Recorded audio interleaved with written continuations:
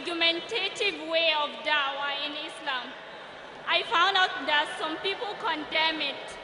So I like the way you do your dawah, and it's very beneficial to the society as well. But I didn't find a proof from the hadith or Qur'an to back up my point.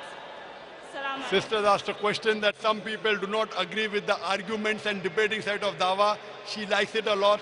Can I give proof from the Quran?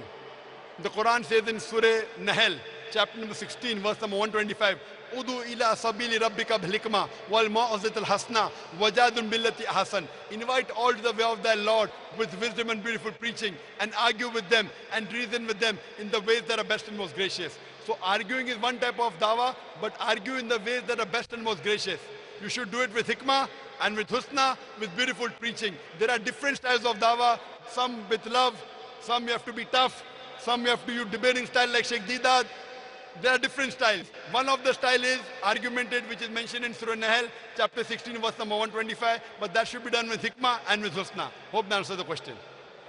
Thank you very much. Please, can we take